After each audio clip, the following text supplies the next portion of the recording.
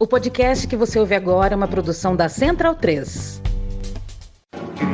Cristo Redentor, braços abertos sobre a Guanabara.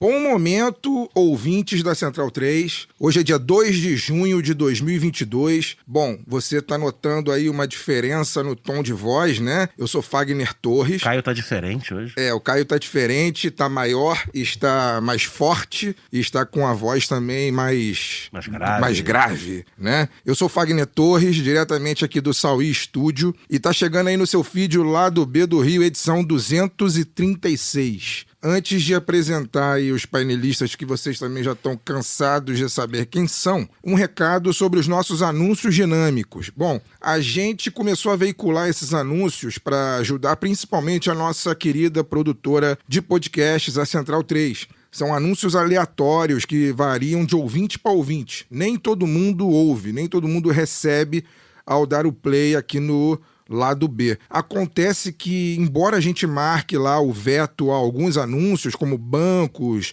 governo, entre outros, às vezes, por falha do sistema ou sabe-se lá qual motivo, eles burlam, né, essa regra e acabam sendo veiculados. Então, pessoal, se vocês estiverem ouvindo o Lado B e identificarem algum anúncio estranho que você perceba que não está de acordo com a nossa linha editorial, reclame, avise, mande pra gente por e-mail, nas redes, porque a gente avisa a Central 3 e pede para tirar. A gente pede desculpas, pois a última coisa que queremos é a nossa audiência ouvindo propaganda do regime Bolsonaro, né? Ou de empresas alinhadas a esse nefasto e genocida governo. Bem, vamos lá. O Caio, né, só para contextualizar, o Caio tá descansando essa semana, ele teve um probleminha de saúde, mas tá bem, tá tranquilo, tá só por precaução, tá se cuidando, e semana que vem ele já deve estar de volta conosco, né? Então, antes de começar, de chamar nossas painelistas e chamar a nossa convidada, eu só vou dar 2 recados aqui para vocês. O primeiro é um agradecimento geral a todos que estiveram conosco no último domingo lá no YouTube,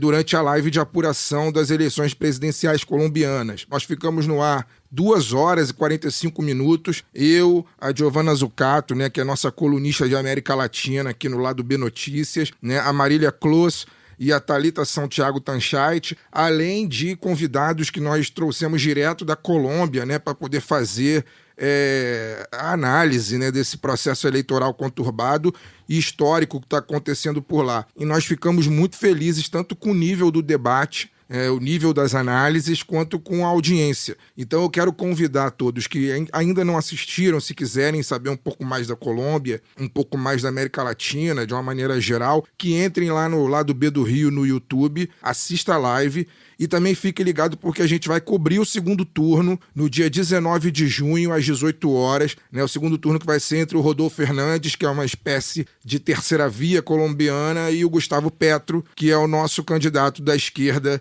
que a gente espera que vença a eleição. Terceira via numa eleição com 2 Bolsonaros, né? Pois é. A gente espera que o Gustavo Petro e a Francia Marques vençam a eleição. Vai ser muito duro, muito difícil. Eles levaram o primeiro turno, mas no segundo turno as coisas tendem a ficar ainda mais difíceis. E vamos lá, o segundo recado também é um novo convite. Você que ouve o Lado B há muito tempo, desde antes da pandemia, está acostumado a me ouvir falar, eu, Fagner, né? Me ouvir falar sobre o domingo é dia de cinema. Bom, a pandemia, felizmente, os números, né, retrocederam, a vacinação avançou e o evento voltou. O domingo é dia de cinema, voltou, tá de volta. Já teve uma edição, infelizmente eu não pude ir. O filme foi esse filme último filme do Lázaro Ramos, que agora... Medida provisória. Eu tava com medida certa na cabeça. Foi uma medida provisória. A medida provisória não é certa. Pois é. Mas aí, agora, essa edição, a edição de junho, vai ser no dia 5 agora, no domingo agora, às 9 horas da manhã. E o filme que vai ser exibido é o Pureza, com a Dira Paz. E além do filme, haverá um debate com o professor Odair Rocha, com o pastor Henrique Vieira e com o padre Ricardo Rezende. Então, se você é do Rio, prestigie esse evento, porque o Domingo é Dia de Cinema, para quem não sabe, é uma atividade complementar, uma atividade de formação complementar que é feita para os estudantes dos pré-vestibulares comunitários aqui do estado do Rio, né? Mas só que é um evento aberto ao público geral e ele vai ser realizado lá no Estação Net Botafogo, ali pertinho do metrô. O ingresso custa R$5 e é domingo, dia 5, repetindo, às 9 da manhã. Quem puder colar lá, né, muito provavelmente estarei lá, e de lá devo emendar em algum bar para ver o jogo do Fluminense, que é domingo, 11 da manhã. Então, vou tentar unir o útil ao agradável. Então vamos lá, agora já está dado os recados.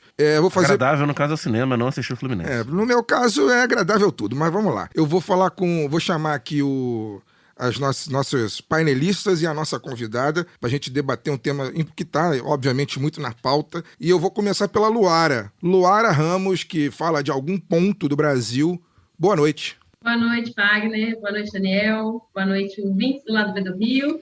E já vou dar boa noite para a nossa convidada. Você vai anunciar ainda, não vou pular a etapa aqui, mas boa noite para a nossa convidada também. Boa noite, Daniel. Boa noite. O ouvinte já sabe qual é a convidada, porque terá sido anunciado já nas redes sociais na hora que o programa for ao ar, então não é spoiler. Mas vamos lá com o departamento médico mais cheio que o do Flamengo aqui. Tá tenso, Eu vou deixar o Fagner chamar. O lado B do Rio tá precisando de uma rezinha, né? Tá tenso, salzinho, né? Grosso, assim. Toda semana alguma coisa acontece, mas enfim, estamos vivos. Eu já tô até com medo, viu? Estamos vivos e fortes, mas as coisas vão melhorar.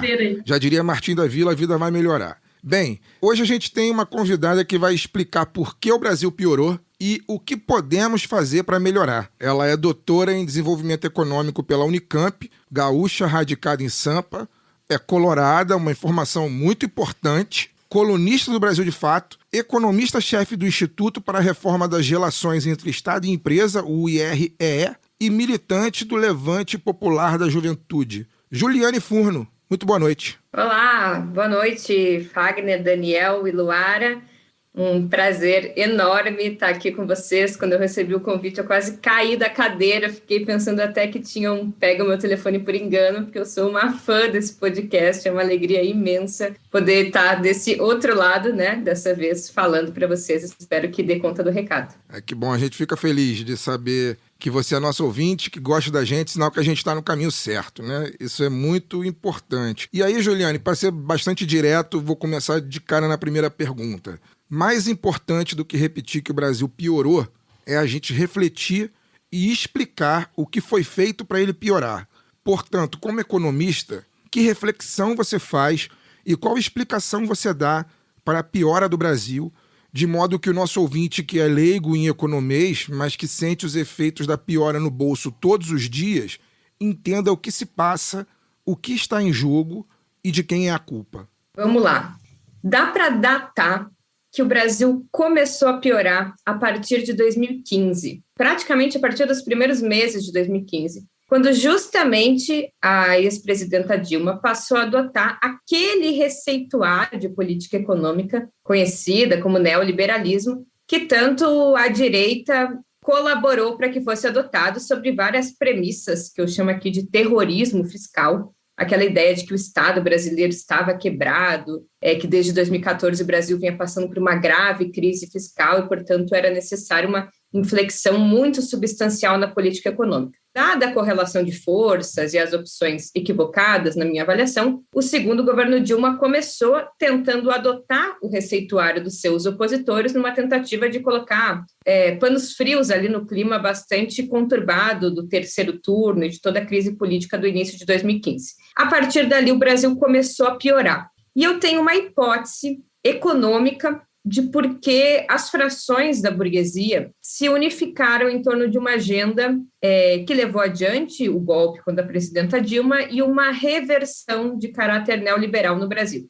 Veja, muita gente olha o governo Lula, o governo Dilma e identifica corretamente que durante esse período vários setores empresariais ganharam muito dinheiro. Os bancos se deram muito bem, o agronegócio se deu muito bem, setores da indústria, mas mesmo assim é estranho pensar que eles ficaram relativamente insatisfeitos e foram se associar com a fração mais financeira e internacional do capital para construir ali as condições para uma reversão desse modelo, vamos dizer, neodesenvolvimentista ou social-desenvolvimentista. Acontece que teve uma coisa muito importante nos governos Lula e Dilma, que desagradou bastante a burguesia brasileira, a despeito dela ter ganho em outras frentes.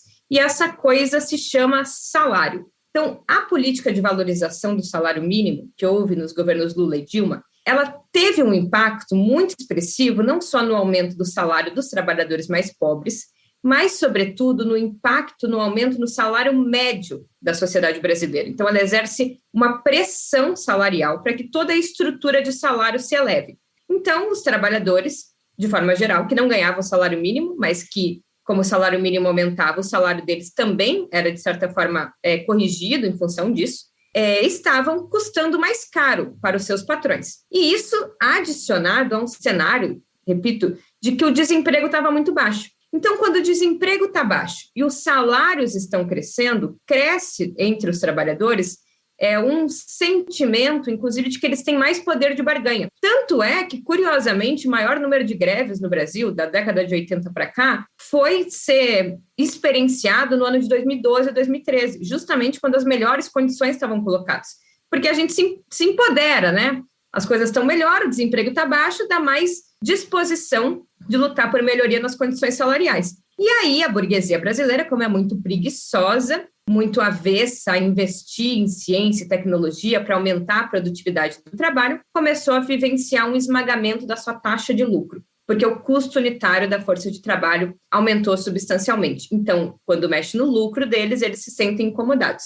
Como o governo ali não estava disposto a fazer um processo de recessão econômica e reforma trabalhista, o golpe foi selado por uma reversão desse cenário. O que aconteceu a partir daí? A economia brasileira parou de crescer. Isso não foi um efeito colateral, isso é muito pensado. Se vocês digitarem no Google, vocês vão encontrar economistas dizendo coisas como: o Brasil cresceu a taxas elevadas demais para a sua capacidade. O desemprego precisa subir para a inflação ficar no centro da meta. O Brasil não suporta essa política de salário mínimo.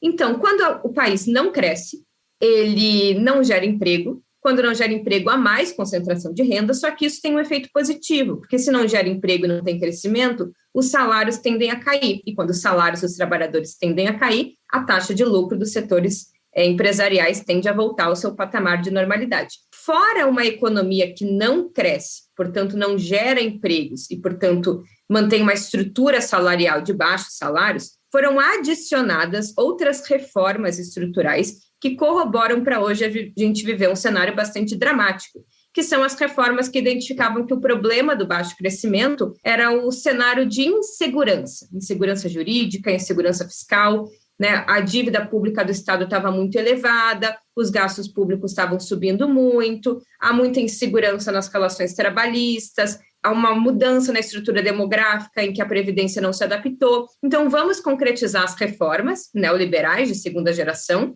nos gastos públicos, nas relações trabalhistas e na Previdência, e o Brasil vai decolar. Acontece que não só não vai decolar, quanto vai cumprir também com uma função social importante do ponto de vista da estrutura, de como se movimentam as classes sociais. Veja, quando o Estado resolve fazer o teto de gastos e não investir mais em políticas de transferência, em educação, em saúde, ele subfinancia esses setores. E ao serem subfinanciados, eles vão sendo mais asfixiados e mais facilmente capturados pela iniciativa privada, até vão perdendo legitimidade no seio dos próprios trabalhadores e vão surgindo até consulta para pobre, né? Tipo doutor consulta, esses planos de saúde para pobre. É a mesma coisa a reforma trabalhista, você reduz ainda mais a quantidade de direitos, de vínculos, possibilitando a redução ainda mais da massa salarial. Assim como a reforma da Previdência, porque ao aumentar o tempo de aposentadoria, você permite que os jovens ingressem mais cedo no mercado de trabalho, que os mais velhos saiam mais tarde, portanto, mais gente no mercado de trabalho, é mais gente pressionando para menos vagas, o que rebaixa os salários para baixo. Portanto, isso faz parte de um projeto, isso, né, não é um efeito colateral. E dá para dizer que na pandemia, para encerrando, porque a vida piorou, essa ideia de que o Estado ele tem que ter uma tarefa diminuta na economia, e que é o livre mercado que é capaz de resolver os nossos problemas, desde que o Estado garanta um nível ótimo de concorrência e segurança jurídica, é uma falácia. Hoje, no Brasil, o Brasil, que é um país que vivenciou, assim como todos os demais, pandemia, guerra na Ucrânia, desorganização das cadeias de suprimento global, assim como todos os demais países, o Brasil é um dos únicos 4 países no mundo que tem taxa de juros de 2 dígitos, taxa de inflação de 2 dígitos e desemprego em 2 dígitos. Portanto, isso não é culpa da pandemia, não é culpa da guerra, não é culpa da desorganização das cadeias de suprimento global. Isso é culpa da política econômica. Hoje a nossa vida está uma merda, porque o Estado não é capaz de recoordenar a capacidade de investimento, o setor privado não vai fazer isso. Hoje a nossa vida está uma merda, porque é uma economia que não cresce, não gera emprego, portanto nem é capaz de pensar em reduzir as desigualdades sociais, porque o câmbio deixado às livres forças de mercado tende a se desvalorizar e fazer as coisas custarem mais caro, e porque quem poderia fazer isso, que é o Estado, via política fiscal de transferência de renda ou via suas empresas públicas, como a Petrobras, amortecendo esse cenário de crise para a economia brasileira, abriu mão de atuar como instrumento do desenvolvimento econômico, e o Estado brasileiro se apequenou e hoje espera que o livre mercado seja capaz de resolver os problemas da nossa vida. Resultado, fome, desemprego, só o setor agroexportador é o setor que tem tido lucros nesse período, mesmo as pequenas e médias empresas têm amargado sobre o aumento do custo dos insumos, custo de energia, e uma economia que é incapaz de ter tração para voltar a crescer, porque a tração depende do mercado interno. Depende de gente com capacidade de consumir. E gente com capacidade de consumir é gente que tem emprego. E principalmente que tem emprego que seu salário real não seja corroído por uma inflação elevada. Isso tem nome e sobrenome, é Bolsonaro e sua equipe econômica. E não se enganem, não é um efeito colateral indesejado. Em grande medida, isso faz parte de um projeto em que a economia está fadada a crescer pouco, porque crescer pouco e gerar pouco emprego é fundamental para manter os lucros elevados. Luara? Excelente explicação. Olá, Juliana, aqui quem fala é Luara. Muito bom te receber aqui, eu acompanho você nas redes, no seu canal do YouTube também, você tem um canal excelente aí, né, de muito conteúdo de muita qualidade. E o que eu acho mais interessante é que você representa, de certa forma, Juliana, um movimento de retorno da política no debate econômico, né? Quer dizer, a gente está acostumado a ver os políticos levarem a economia para a política, né? É sempre uma justificativa técnica, como gosta de dizer uma certa deputada aí, como se os números tivessem que dar conta das nossas necessidades, ou como se isso não dependesse justamente de uma correlação de forças que é construída politicamente. Porque eu tenho a impressão de que muitas vezes essa tentativa de racionalizar o debate econômico, de tentar encaixar nos números, inclusive você já falou, mas a gente vai falar mais disso aqui também, né, do terrorismo fiscal, sobre orçamento público, é sempre uma tentativa de legitimar esse discurso de que o país está quebrado, de que não tem de onde tirar dinheiro, e daí você faz o contrário, né? Você leva a política para a economia e fica evidente que não dá para separar as duas coisas. Então, para começar, eu queria saber se você acha que muito do debate econômico que chega para as pessoas vem dessa tentativa de domesticar os estômagos, e também é uma curiosidade, assim, né? O que veio primeiro, a militante ou a economista Juliane Furno? De onde que você partiu para pensar a economia política, a luta por justiça social? Isso que a gente conhecia como economia política, ela passou no início do século XIX, no meio do século XIX, por uma grande transformação que se chama Revolução Marginalista, e desde então a economia deixa de ser conhecida como uma ciência, né, economia política, e passa cada vez mais a ser reconhecida como ciência econômica. E essa, na minha avaliação, é um grave defeito das faculdades de economia, que estudam economia, em geral, com manuais. Manuais de economia, eles não são capazes de captar especificidades internacionais, para começar. Então, quando você trata de política fiscal, monetária, restrição externa, é muito diferente em países de capitalismo central e em países de capitalismo periférico. E na economia não se trata trabalhadores e empregadores, né? Se tratam agentes, como se não houvesse aí hipossuficiência de um setor e como se reinasse, né, um terreno de igualdade entre os agentes. Então, a minha tentativa com o canal e o meu esforço como intelectual e quem se coloca no debate público é explicitar um pouco o que está por trás. Eu até tenho um quadro no meu canal que chama Giro de Notícias, que eu trato do noticiário econômico, tentando assim explicar o que aquela notícia quis dizer, o que interesses estão submergidos ali, ou o que o indicador do resultado do PIB que saiu esses dias não explica ao só trazer um número, porque ou ele não compara com o período pregresso, ou ele não explicita que modelo de sociedade e economia estão ali presentes. Então, eu acho muito importante, eu sou uma militante da economia política e de que os debates da sociedade que a gente vive hoje não são debates técnicos. Portanto, não devem ser feitos só por economistas, porque não é um debate se cabe ou não cabe no orçamento, não é um debate de planilha, é um debate de sociedade, de modelo de sociedade, de modelo de desenvolvimento econômico. Não é um debate sobre o que é possível fazer dentro do campo fiscal ou o que não é. Claro que os economistas subsidiam a sociedade com uma série de indicadores e com debates mais de fundo sobre o funcionamento do Estado. Por isso, políticas como o teto de gastos não só são ruins porque não solucionam nem o problema fiscal, porque quando você corta gastos numa economia em desaceleração, você tende a cortar mais que proporcionalmente a capacidade de receita, mas principalmente porque o teto é uma medida profundamente antidemocrática, como o neoliberalismo é antidemocrático, porque ele esvazia do Estado nacional e, portanto, da sociedade a capacidade de pensarem politicamente os rumos do seu próprio desenvolvimento econômico. Então, veja, quando você constitucionaliza que a política fiscal só pode elevar os gastos a partir do indicador da inflação do ano anterior, você diz que não adianta o movimento sem teto ir lá na porta do Palácio do Planalto e exigir mais moradias populares, porque o presidente vai dizer, bom, eu não tenho o que fazer, né, briguem com a justiça, porque está lá constitucionalizado que eu não posso mais investir em moradia. Então, veja, ele retira da capacidade da democracia, do voto popular, dos anseios que a gente vai depositar na urna, a capacidade, se não derrubar do teto, do Estado edificar um modelo de sociedade que os brasileiros escolheram. Então, essa ideia de você esvaziar o Estado de política, na política fiscal, com o teto de gastos, agora na política monetária, com a autonomia do Banco Central, na política comercial, agora porque a OMC diz o que pode, diz o que não pode, na política de controle de fluxos de capitais, porque com a entrada na OCDE também dizem que a gente não pode ter nenhuma restrição à livre mobilidade de capitais. Ou seja, para que vai servindo o Estado, se não para fazer políticas econômicas, com autonomia, inclusive sabendo da situação que a gente parte, que é a situação de um país subdesenvolvido. Mas na minha trajetória é muito esquisito, e o que eu mais ouço das pessoas que me conheceram no Rio Grande do Sul é: Juliane, que surpresa! Porque eu não fui criada, eu não fiz uma trajetória para ser uma intelectual, nem para ser uma pessoa que fala em locais públicos. Inclusive, eu achava que eu era gaga. De tanto medo que eu tinha de falar, eu achava que eu tinha um problema, eu achava que eu não sabia falar. Às vezes eu pensava no que eu ia falar e meu coração já disparava tanto de nervoso que eu retirava a minha inscrição. Uma vez eu estava numa sala de aula, eu tinha que apresentar um trabalho, o professor me chamou e eu fingi que eu não estava na sala. Ele falou, Juliane, e aí eu não respondi porque eu não tinha coragem de falar. Sempre tive um grande bloqueio e eu nunca fui uma pessoa muito inteligente, assim, eu sempre fui média para baixo em tudo. No colégio, na faculdade, eu nunca fui muito destacada. Mas sou militante desde o ensino médio, militante orgânica, assim, né?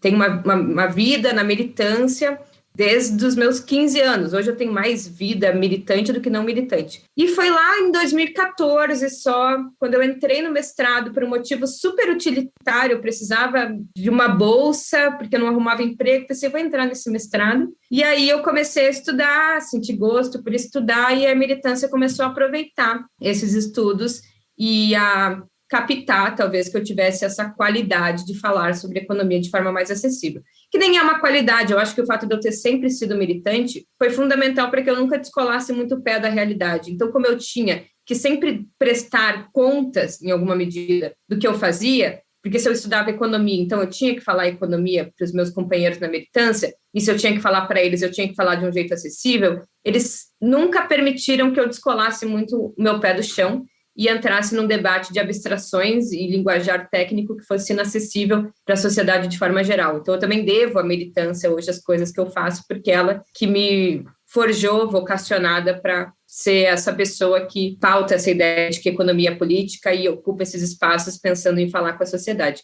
foi daí, assim, eu fui virar economista muito depois de ser militante. Daniel. É interessante a fala da Juliane sobre as faculdades de economia ensinarem com os manuais, né? 20 anos atrás, quando eu estava no curso da FRJ, uma brincadeira nossa era que até o 4º período a gente aprendia pelos manuais. E aí chegava no 5º período, os professores falavam, lembra, tudo isso que a gente ensinou para vocês era mentira. E aí vinha com teoria crítica, né? E vinha com textos originais e tal. E até hoje eu ainda me surpreendo quando encontro algum colega que teve uma formação mais ortodoxa, acreditando de verdade naquilo do manual, acreditando que aquilo é uma verdade pétrea, né? Uma cláusula pétrea da vida, e que não passa muito pela política, né? Como diz a Luara. Juliane, muito bons os seus diagnósticos, concordo praticamente integralmente com o que você falou até agora. Esse programa aqui, não vou saber de cabeça a edição, mas no finalzinho de 2016, primeira temporada do Lado B, a gente já discutia a PEC do teto. Eu lembro de falar exatamente isso que você falou, né?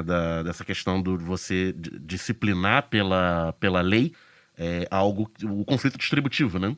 Na verdade, você limita o conflito distributivo, e naquela quadra histórica que só se aprofundou nesses últimos quase 6 anos, né, de desfavorecimento do campo popular, aprovar a PEC do teto era condenar as áreas sociais, né, a terem seu orçamento relativo cada vez menor em relação a áreas que têm um maior poder político de arregimentar recursos. Dito isso, o ex-presidente Lula está aí liderando todas as pesquisas, favorito para a eleição em outubro, e uma crítica, tanto à direita quanto à esquerda, com um viés logicamente oposto, é de que ele não entra em detalhes sobre o seu plano econômico.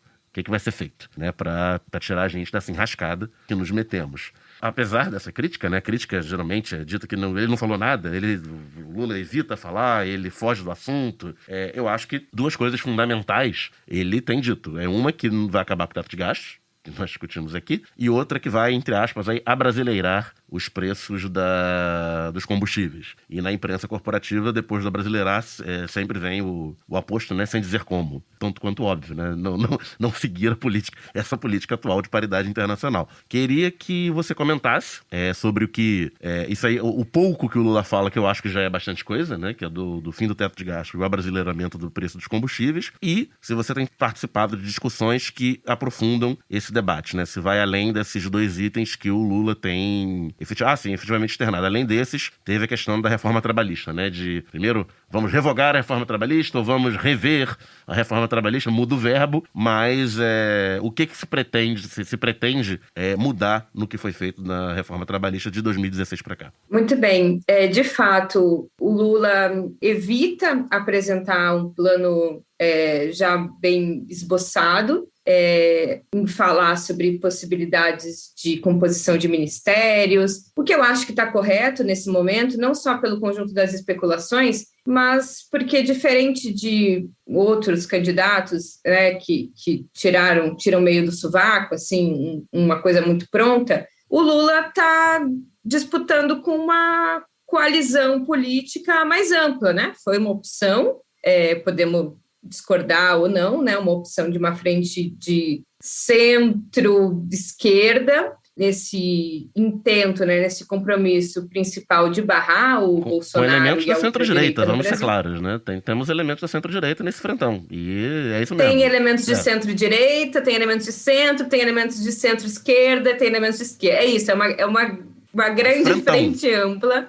principalmente compromissada, se dá para dizer que tem algo que ela se afiancia na ideia de derrotar o Bolsonaro. Veja, tem setores dessa frente que querem derrotar o Bolsonaro por motivos bastante ligados à política, né? Estão descontentes com o Bolsonaro porque ele é autoritário, porque ele despreza os direitos humanos, despreza a ciência, teve uma condução péssima na pandemia. E tem outros setores que, além dessa crítica ao Bolsonaro, fazem a crítica à política econômica. Veja, algo vai precisar acontecer do campo da mediação para que este programa reflita quem tem mais força dentro da frente ampla, mas quem tem soldados também a partir dela. E mais do que isso, eleito o presidente Lula, se for eleito, tomara, na minha avaliação, que seja eleito, a correlação de forças e a coalizão governamental vai impor ainda muito mais elementos de mediação, principalmente caso o Bolsonaro seja derrotado, mas o bolsonarismo se mantenha como uma força viva na sociedade. Então, eu acho que o Lula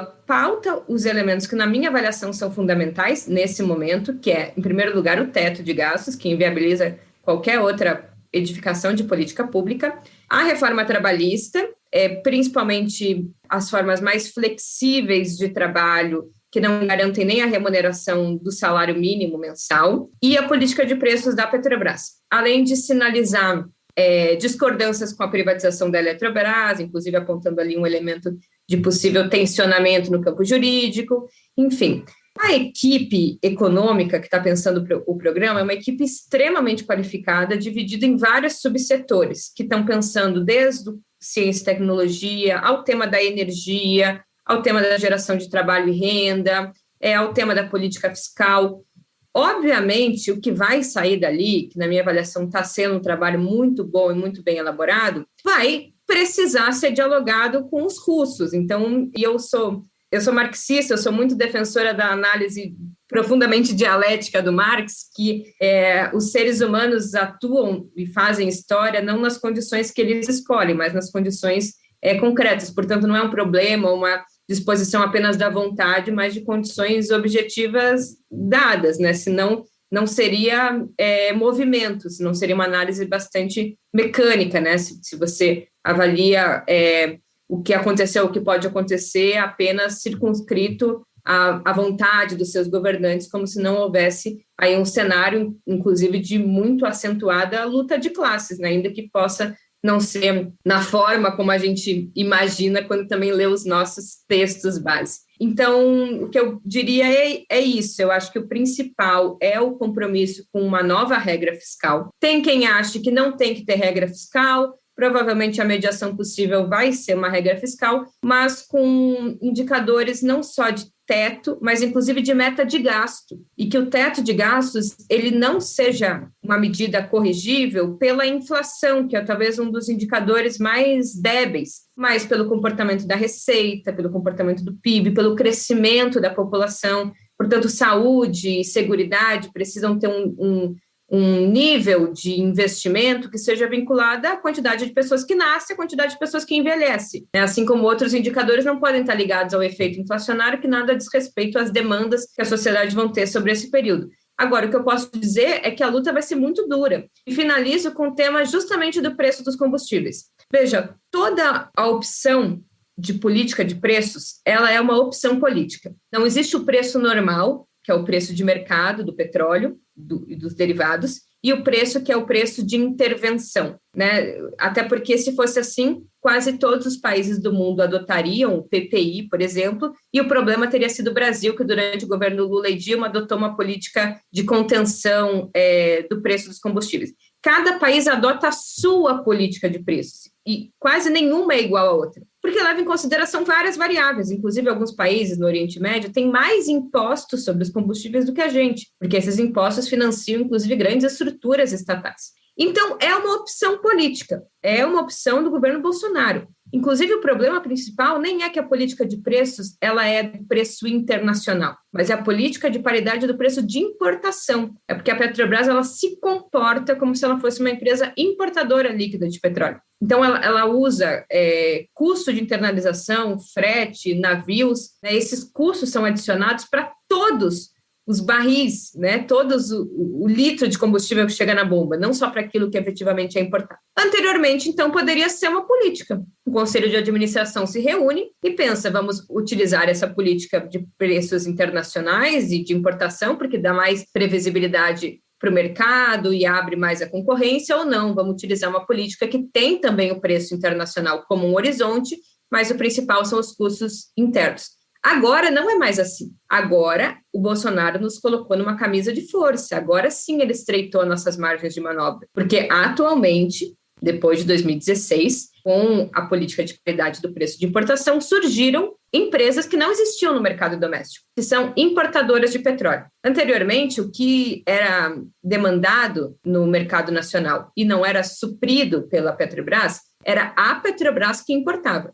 Agora tem 400 empresas que vivem deste serviço, que é ficar em alto mar esperando uma ligação para vir abastecer a sociedade brasileira de combustíveis. O que faz com essas 400 empresas se muda o preço? Se a brasileira é o preço dos combustíveis? Elas vão quebrar, elas vão ter que ir embora. E elas devem ter um poder significativo, porque grande parte delas são integradas nas grandes petrolíferas. E agora, com 2 refinarias já privatizadas, elas dependem do preço internacional, porque elas não compram petróleo da Petrobras, elas compram petróleo, provavelmente, dos seus países de origem. Então, veja, agora vai ser muito mais difícil, vai envolver muito mais do que decisão política, mas eu digo só para ter uma palhinha de que o que vem adiante, mais uma vez, não vai ser convencido com um bom programa técnico de que reduzir os preços é possível e é desejável, e mesmo assim a Petrobras pode ter lucro, mas agora se enfrentam interesses de grandes grupos privados oligopolistas que já entraram no mercado nacional e que, portanto, né, mudar a política nessa altura do campeonato, eu acho que temos que enfrentar, mas tem que ser pesados vários elementos na balança, né? A gente vai ter força política. O ideal é que a gente, na minha avaliação, né, eleja o Lula e no outro dia permaneça muito organizado nas ruas, porque a direita vai seguir fazendo isso. Se algo o Bolsonaro nos ensinou é que quem governa com uma retaguarda no povo brasileiro governa com muito melhores condições do que aquele que governa só tendendo ao centro, tendendo a acordos de gabinete. Mas aí, a ver. Peço licença para dar uma pausa no programa e passar os nossos recadinhos. Apoie o Lado B na Aurelo, a primeira e única plataforma que remunera os podcasters a cada play. Faixas de apoio a partir de R$2, com direito a conteúdo exclusivo e participação em sorteios. Se você já é apoiador pelo Padrinho ou pelo PicPay, considere migrar para Aurelo. Por enquanto, só aceita cartão de crédito. Quem quiser colaborar com a gente sem aquela regularidade mensal, pode fazer o pix para ladobdorio@yahoo.com. O sorteio para apoiadores do Lado B é um oferecimento da Camisa Crítica. Ouvintes também tem 10% de desconto no cupom Lado B no site camisacritica.com. Compre a camiseta do Lado B em zetanossa.com.br. Você também tem 15% de desconto nas compras em todo o site com o cupom Lado B15. Ouvinte Lado B tem 10% de desconto com o cupom Lado B em vesteesquerda.com.br.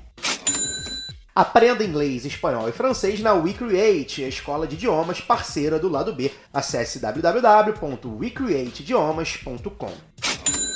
Sigam também nossos parceiros nas redes sociais. Obrigado pela atenção e voltamos ao programa.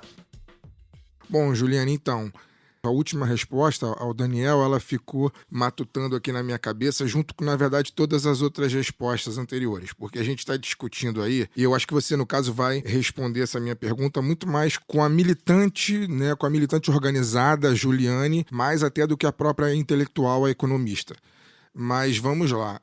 Você falou aí que, né, você falou sobre a origem desse aprofundamento do Brasil piorou, a origem em 2015, a tentativa de liberalizar mais as políticas econômicas do governo com o objetivo de tentar diminuir o fogo do golpismo, que naquela época já estava bem aceso, 2015. Depois nós temos aí Michel Temer, com as contrarreformas, a contrarreforma trabalhista, a contrarreforma da Previdência, né? A gente tem aí Bolsonaro e Paulo Guedes, que é essa tragédia toda que nós estamos vivendo. A gente não consegue, infelizmente, andar na rua sem ver uma situação de drama familiar, né? Famílias, né, ao Deus dará nas esquinas, pedindo dinheiro, pedindo comida, enfim, tudo isso aprofundado por essa opção política econômica brasileira. Você falou também sobre essa composição, né? Você que forma, né, tá dentro da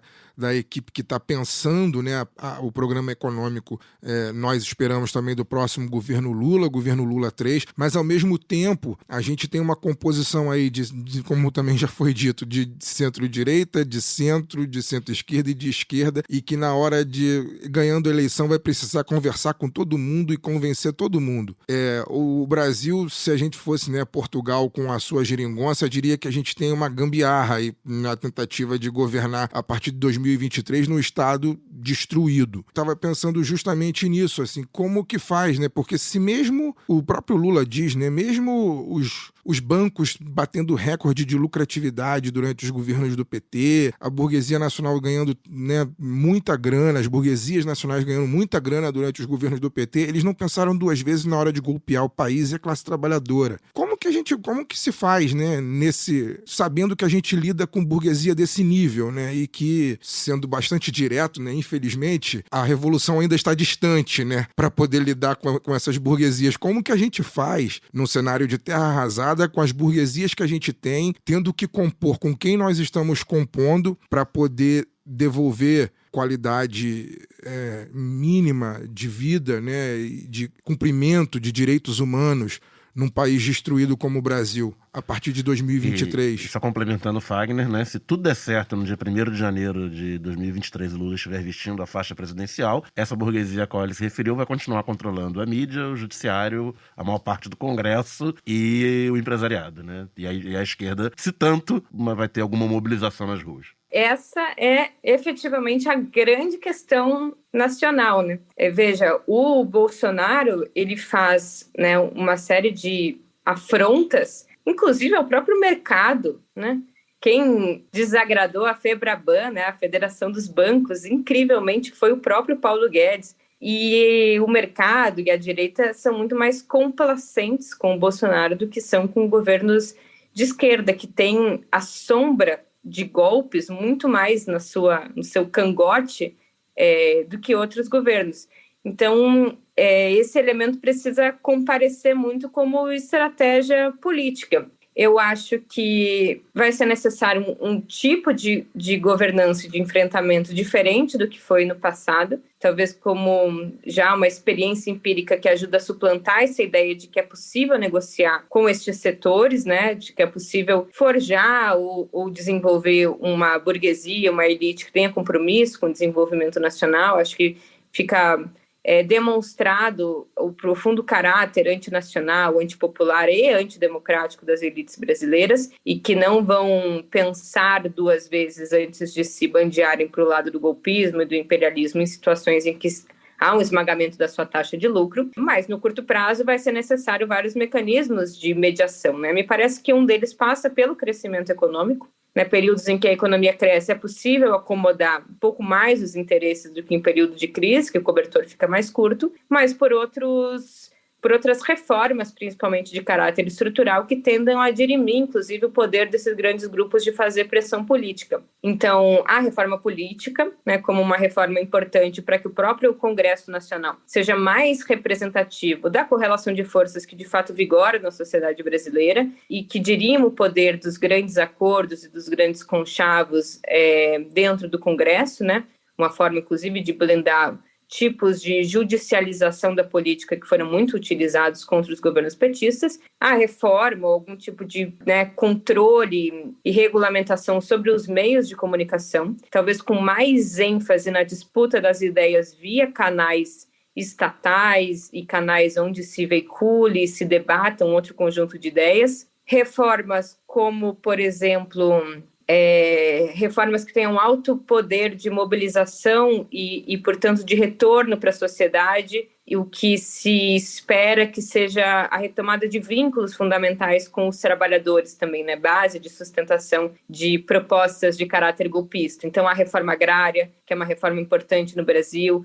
a reforma urbana, né? Reformas no campo tributário também tem mais condições de abrir espaço fiscal para que o próprio Estado consiga fazer um conjunto mais substantivo de políticas públicas, ao mesmo tempo que desonera os mais pobres de pagar um conjunto de tributos e, com isso, também recompõe a renda. Mas eu diria que, fundamentalmente, a disputa no campo das ideias, né? O que vai manter um governo com disposição de enfrentamento desses interesses e sustentado eleitoralmente, por um lado, são as medidas no campo econômico, que tem essa possibilidade de efetivamente mostrar modificações e melhoria na vida dos trabalhadores, ou seja, né, crescimento, geração de emprego, recomposição da renda perdida nesse período.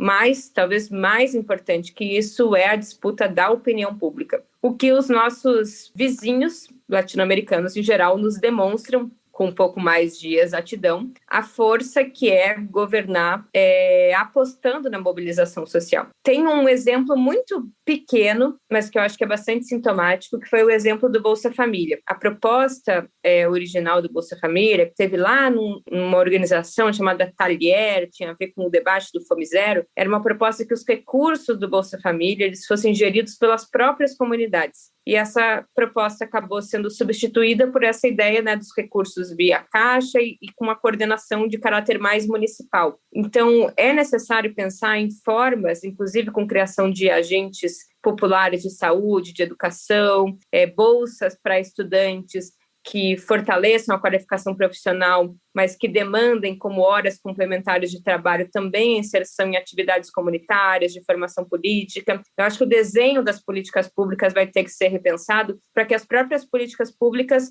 sejam mais do que a melhoria individual dos trabalhadores, mas também instrumentos importantes na batalha das ideias. Eu acho que passa um pouco por aí, passa por fortalecimento das organizações políticas, né? Fortalecimento da mobilização popular para que dê sustentação quando houver propostas mais à direita e que também seja parte que puxa a corda mais para a esquerda, mesmo que eventualmente seja de forma crítica, porque isso também é importante, né, porque o governo é uma panela de pressão, né, ele precisa de estímulos ali para o feijão cozinhar na panela, e eu acho que determinados estímulos vindos de uma esquerda mais radicalizada, que não seja que cai no colo da direita, às vezes, né, fazendo o círculo completo, eles também são importantes, além de uma esquerda que sabe que dentro da correlação de forças, em determinados momentos, o apoio a medidas do governo é o apoio e a radicalização de um programa de caráter mais avançado.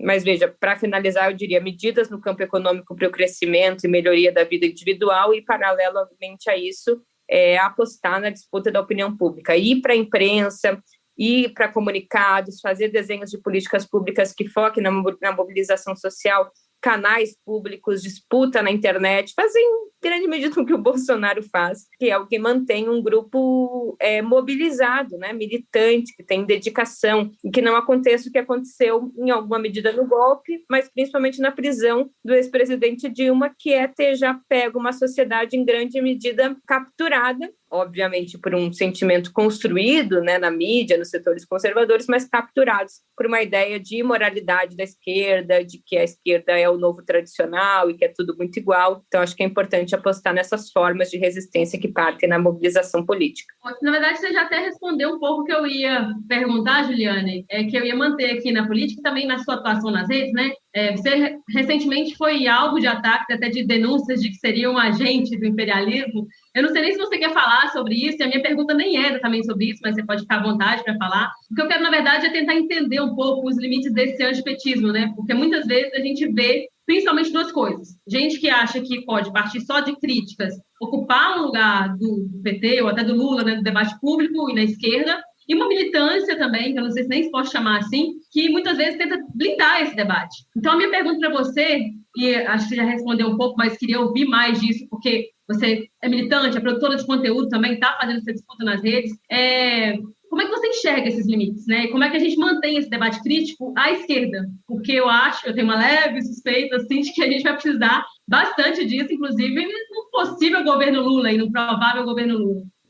A linha é muito tênue, né? Mas eu diria assim, acho que a palavra melhor é a palavra sectarismo, que eu acho que tem muito numa parcela da esquerda antipetista e muito também numa parcela da esquerda petista. Eu, às vezes, faço uma análise de redes, assim, entro no perfil de Twitter de algumas pessoas, e tem uma parte da esquerda que parece mais comprometida também a fazer críticas ao Lula do que, às vezes, ao próprio governo Bolsonaro, né? Partindo de um lugar mais radicalizado, mais à esquerda, que na minha avaliação às vezes parte de um cenário ideal, né? Ou um cenário em grande medida acomodado do ponto de vista da consciência, né? Sou um militante da esquerda radical, portanto voto num candidato da esquerda radical e durmo feliz achando que eu não meti as mãos na sujeira, né, e na lama da grande política que envolve certamente muitas contradições e desgostos. Mas que, bom, quem quer,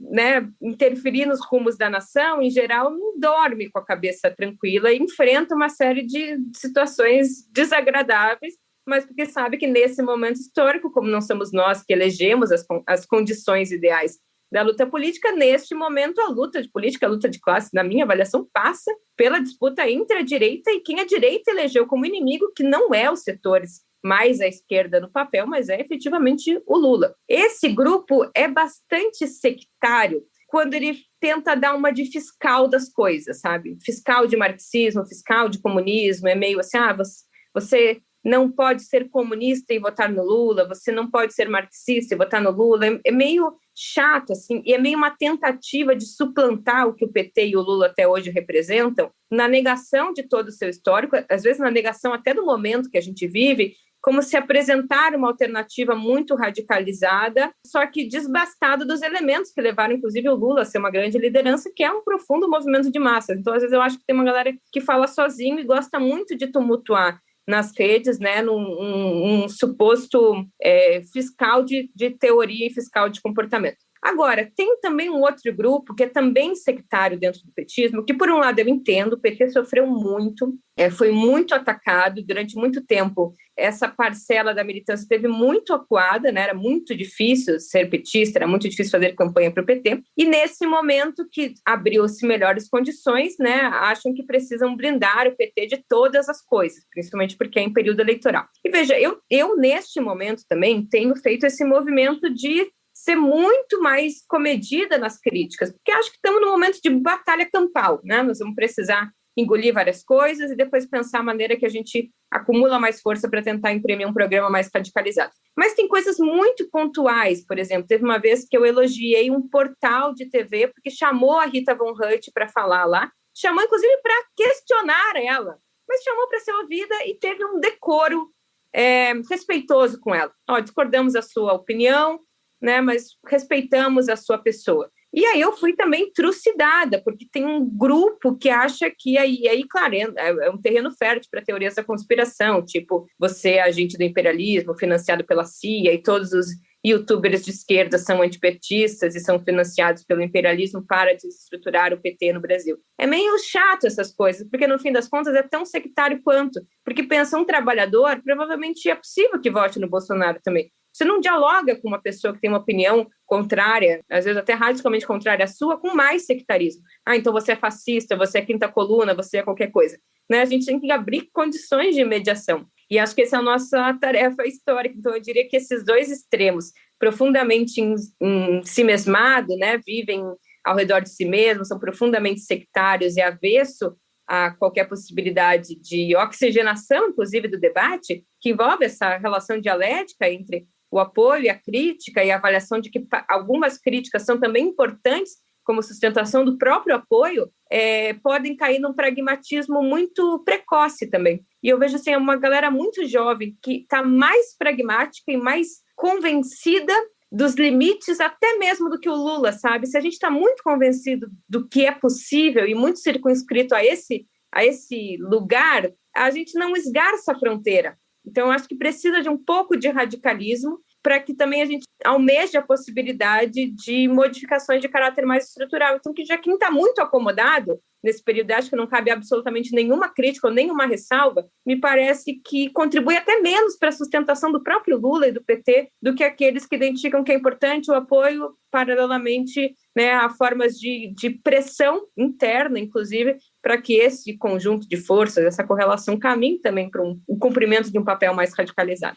Bom, a gente está quase na hora de liberar a Juliane. Daniel faz uma última, rapidinha. Rapidinho. Nos governos anteriores, né, do Lula e da Dilma I também, houve um certo avanço na pauta ambiental, né, na questão legislativa, fortalecimento institucional, criação do CMBio, o fortalecimento do próprio IBAMA e outras estruturas. Entretanto, do lado da política econômica, né, calcado no chamado neodesenvolvimentismo, tivemos megaprojetos, né, como Belo Monte, Geral Santo Antônio, a transposição do São Francisco, asfaltamento de rodovias que cortam a floresta e que ajudou a pressionar o meio ambiente, né, do ponto de vista do crescimento econômico. O que você acha que aponta aí para um eventual governo Lula 3, esse equilíbrio entre desenvolvimento econômico, né, um novo tipo de desenvolvimento econômico tradicional e política ambiental, considerando a crise climática que a gente está? Eu acho que a questão ambiental entrou com muita força, eu diria que ela é uma das principais questões que não era uma questão e que passa a ser uma questão, inclusive, com centralidade. Também tem grupo próprio de elaboração do programa que se dedica ao debate da transição energética, das questões ambientais, mas eu diria que é importante, eu acho, pensar a questão ambiental também sobre o prisma do desenvolvimento e do crescimento econômico.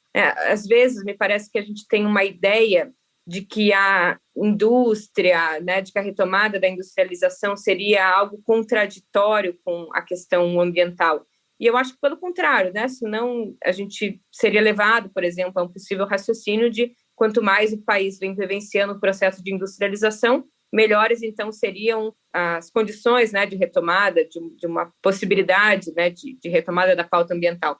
Além do carbono, né, tem outro componente também que afeta muito a camada de ozônio, que é o metano, que está muito ligado também, né, sobretudo na agricultura, o peido e o arroto do boi e da vaca. Então, esse modelo agrário exportador, com pouco desenvolvimento tecnológico, que amplia a produção, ampliando a fronteira agrícola, ele também é muito deletério para o meio ambiente.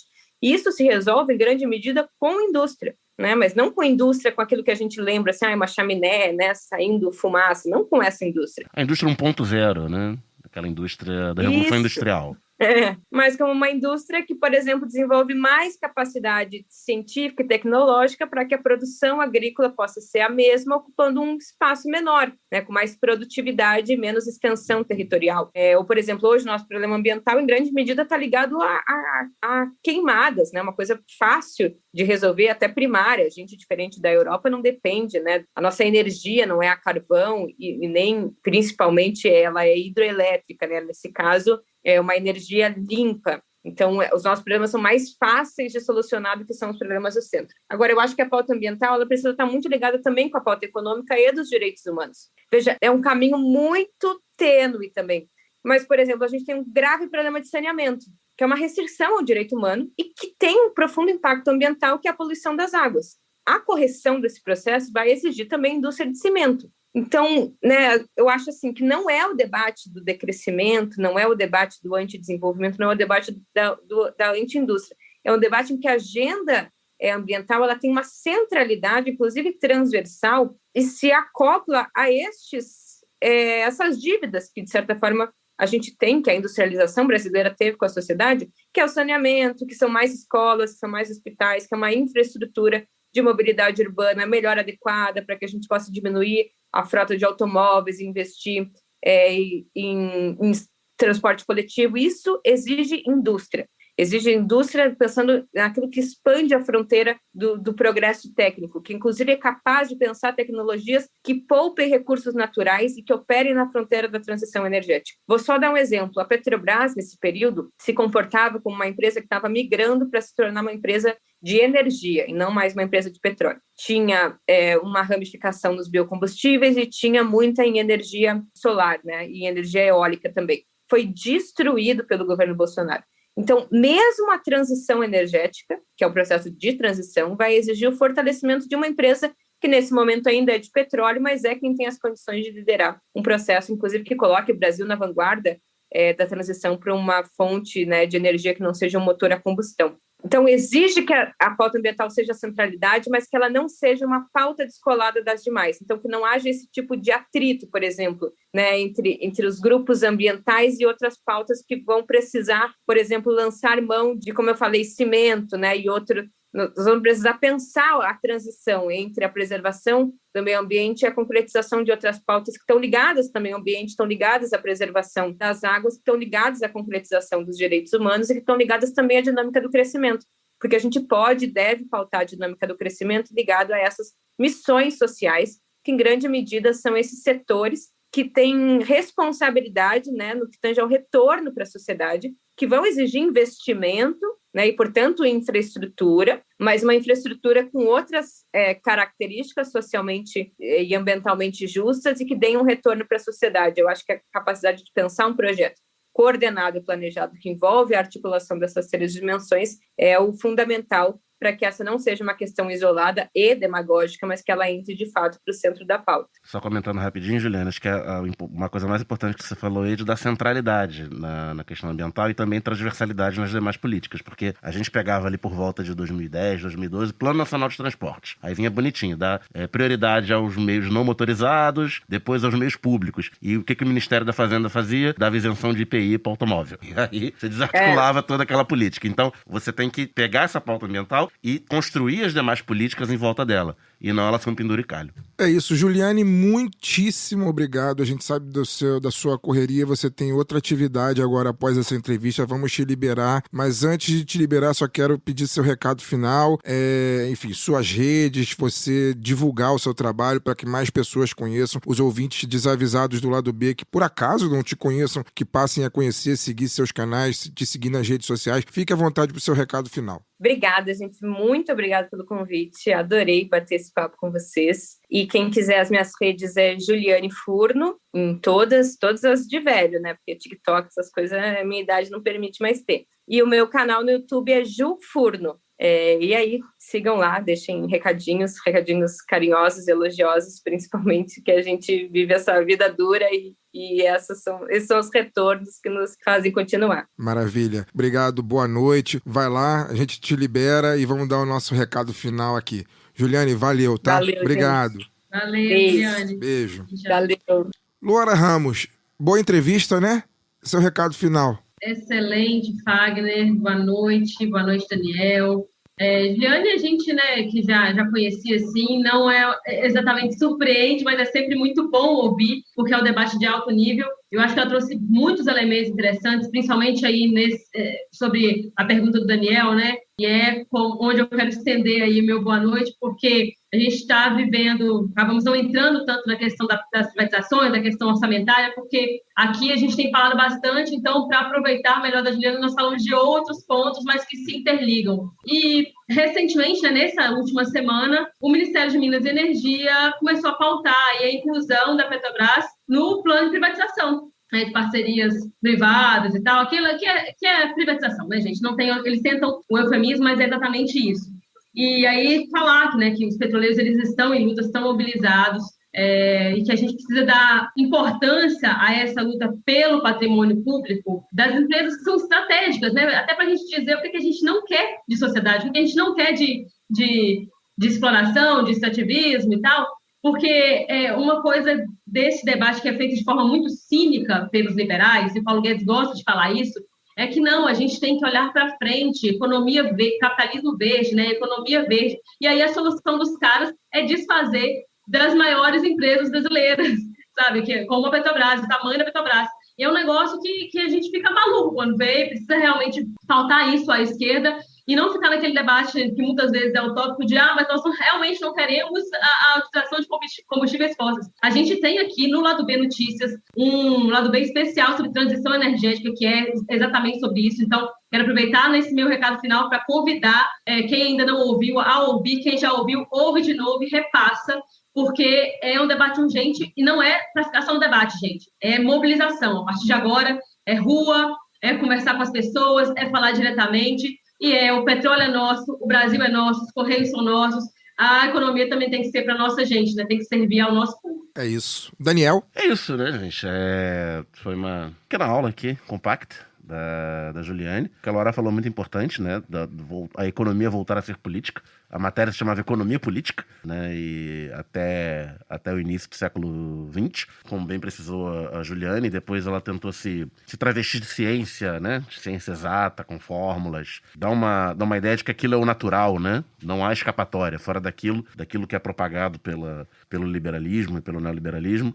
Não há escapatória, essa é a verdade.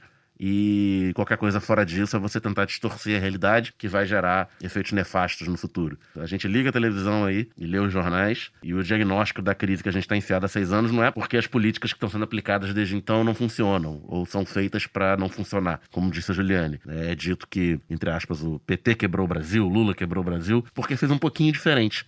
desse receituário durante os anos em que o Brasil crescia, que a massa salarial crescia e a gente tinha uma vida melhor e uma perspectiva melhor. Fiquem atentos a esse discurso fatalista, porque a economia é disputa de orçamento, é disputa de poder, é disputa de recurso. E se dizem que não há outra saída, é porque alguém tem interesse nessa formulação. Boa noite. E geralmente quem reclama do salário do trabalhador tem um salário muito alto, dorme numa cama muito quente, né? E vive com muita tranquilidade. Aí né? você justifica que essa pessoa merece isso. Exatamente. Porque ela merece porque ela puxa o saco da pessoa correta que pode pagar esse salário para que ela convença a massa de que não existe saída dessa situação. Exatamente. Fica o recado aí para os nossos colegas da imprensa liberal. Mas então, para dar aqui o meu último recado, já que o sol, como diria o comandante Chávez, está às nossas costas, né? A gente está embicando, mandar um abraço aqui pro um ouvinte, cara, que é um ouvinte... a gente tem muitos ouvintes fiéis, né? A gente não pode nunca falar o contrário, porque realmente o lado B não tem ouvinte, o lado B tem militante. Mas eu queria mandar um recado especial pro Danilo Melo, que é um ouvinte dos mais fiéis que nós temos. É o cara que segue a gente em tudo quanto é rede social, compartilha tudo quanto é conteúdo que a gente faz. A foto do cara nas redes sociais é ele com uma camisa do lado B. Então, era para eu ter dado esse recado para ele no começo do programa, para não correr o risco dele não ouvir, que né, muitas vezes a pessoa pode, de repente, desligar ao fim da entrevista e acabar não ouvindo o recado que foi para ele. Então, Danilo, vou torcer para você ficar até o final, até o último segundo desse episódio, para você ouvir o recado, o abraço que nós estamos mandando para você aqui. O meu abraço em nome de toda a equipe do Lado B, todo eu, Luara, Daniel, Caio, a galera toda do Lado B Notícias, todo mundo. Então, fica aí o nosso abraço. Obrigado pelo carinho que você nos dá e pela moral que você também nos oferta. E, bom, dito isso, é isso. Acho que semana que vem a gente tem uma entrevista um tanto quanto inesperada, eu diria, sobre todos os aspectos, porque quando o Lado B começou, a gente nunca imaginou que fosse entrevistar essa pessoa, que vai estar aqui com a gente na semana que vem, e acho que nem essa pessoa imaginou que estivesse no lugar que está hoje e que, por acaso, viesse ao Lado B. Então, é uma entrevista das mais inesperadas desses 6 anos, desse jocoso e interessante podcast que nós fazemos aqui. Um abraço a todos. Caio, recupere-se. Semana que vem a gente te aguarda aqui. O seu lugar está garantido. Fique tranquilo. E é isso. Turma, um abraço. Até semana que vem. O Lado B tem estabilidade de emprego. É isso. Um abraço a todos. Até semana que vem. Este podcast foi editado por Fernando Cesarotti.